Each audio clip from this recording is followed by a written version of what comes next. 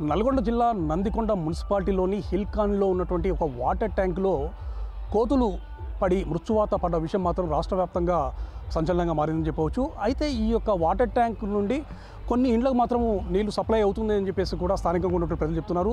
ఏ ఇండ్లకైతే supply అవుతున్నాయో ఆ water ఆ ఇండ్ల వద్దకు మనం చేరుకోవడం జరిగింది. ఇక్కడ ఆ వాటర్ సేవించినటువంటి వ్యక్తులు కూడా మన దగ్గర ఉన్నారు.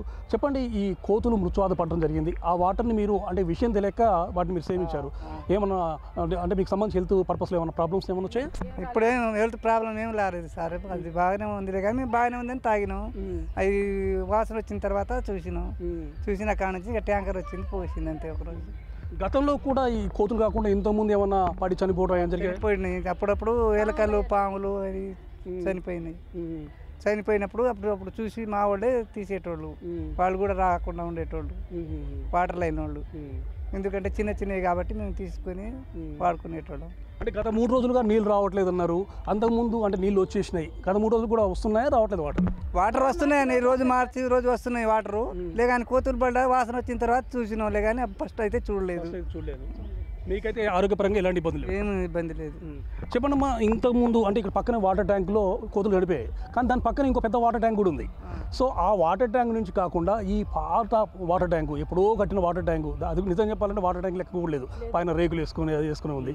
సో ఆ నీళ్లు మీరు ఎందుకు మాకు సప్లై చేస్తున్నారు, వేరే వాటర్ ట్యాంక్ నుంచి సప్లై చేయొచ్చు అడిగారా ఎప్పుడన్నా? మేమేం అడగలేదు సార్, వాళ్ళు ఏది అడిగితే వాళ్ళే ఇచ్చిరు. వేరే పైపులు కూడా ఇక్కడ రాకపోతే కొంతమందికి వచ్చినాయి, కొంతమందికి రాలే. వాటర్ ట్యాంక్ నుంచి రాకపోతే ఏరే సొంతంగా పెట్టి డబ్బులు పెట్టి మేము సొంతంగా తెచ్చుకున్నాం సార్ దాని నుంచి, ఏరే పైపు నుంచి. కానీ కలెక్షన్ మాత్రం అదే వాటర్ ట్యాంక్, అదే వాటర్ సార్, దాని నుంచే వాటర్, దాని నుంచే వాడుకున్నాం. ఇప్పుడు నీళ్లు తాగారు, ఏమైనా ఇబ్బంది ఉందా? ఏం లేదు సార్, మంచిగానే ఉంది, ఏం బాధ లేదు, బాగానే ఉన్నా. వాడిని చెప్పిన కాడ నుంచి ఇంకా దాన్ని వాడలేదు, బాగానే ఉంది. వేరే సమస్య అయితే ఏం రాలేదు, సమస్య రాలే, బాగానే ఉన్నాం సార్. పిల్లలతో సందర్భాన్ని తెలిసిన తర్వాత ఏమన్నా భయం అనిపించిందా? భయం అనిపిస్తుంది కదా సార్, మరి ఏదైనా అవుతుందేమో, మనం తాగినాం ఎట్లయితుందో ఏందని భయం అనిపిస్తుందిగా. ఇంకా భయంగానే ఇంకా తాగకుండా బయట నుంచి తెచ్చుకొని తాగినాం సార్, అంతే సార్. అయితే మున్సిపాలిటీ వాళ్ళు ఉన్నారు కదా, ఎప్పుడు వచ్చి వాటర్ ట్యాంక్ క్లీన్ చేయాలి, ఇవన్నీ చేయాలి. ఇప్పుడు తను చెప్తున్న విషయం ఏంటంటే గతంలో కూడా పాములు పడ్డాయి, తీసేసి మళ్ళీ అయ్యే నీళ్ళు తాగుతున్నాము, ఇప్పుడు మళ్ళీ కోతులు పడ్డాయి, కోతులు పడ్డ తర్వాతనే మాకు ఈ విషయం తెలిసింది, లేకపోతే తెలిసేది కాదు. ఎందుకు ఇట్లా నిర్లక్ష్యం వహిస్తున్నారు? మీరు ఏమైనా అడిగారా వాళ్ళని? అడగలేదు సార్, ఒకసారి 2 సార్లు 3 సార్లు అడిగాను సార్. అడిగిన తర్వాత లైన్ ఏమో పైపు ఉంటాయి చూడు, లావు పైపులు, అవి వేసిర్లే కానీ ఇటు ట్యాంక్ నుంచి డైరెక్ట్ వేయలే. డైరెక్ట్ వేయమంటే వేయకుండానే అదే ట్యాంకుల నుంచి ఇచ్చిర్రు. ఆ ట్యాంక్ పైపు మొత్తం చిక్కు ఇది పడ్డది కదా, చీలం పడిన తర్వాత మళ్ళీ అక్కడ నుంచి అంతవరకు పైప్ లైన్ వేసి వదిలేసింది. అంతే. మీరు అడిగిర్రు ఆ ట్యాంక్ కూడా మంచి వేరే ట్యాంక్ నుంచి ఇవన్నీ అడిగాంలే కానీ ఇవ్వలేదు. ఆ ట్యాంక్ నుంచి వేరే పైప్ లైన్ ఇచ్చిర్రు, అదే ట్యాంక్ నుంచి పైప్ లైన్ ఇచ్చిర్రు, దాన్ని కంటిన్యూ చేస్తున్నారు, వాటర్ ట్యాంక్ కంటిన్యూ చేస్తారు. దాంట్లో అన్ని రాళ్ళు గిళ్ళు పడ్డాయి కదా, ఈ రాళ్ళు తీసేసి మళ్ళీ కొత్త పైపులు అట్లా వేసి మళ్ళీ అదే వాటర్ లైన్ ఇచ్చిర్రు మాకు. అదే నీళ్ళు మాత్రం ఇప్పటికి కూడా కంటిన్యూ తాగుతూనే ఉన్నాం. ఎప్పుడు కడిగేది లేదు, ఏం లేదు.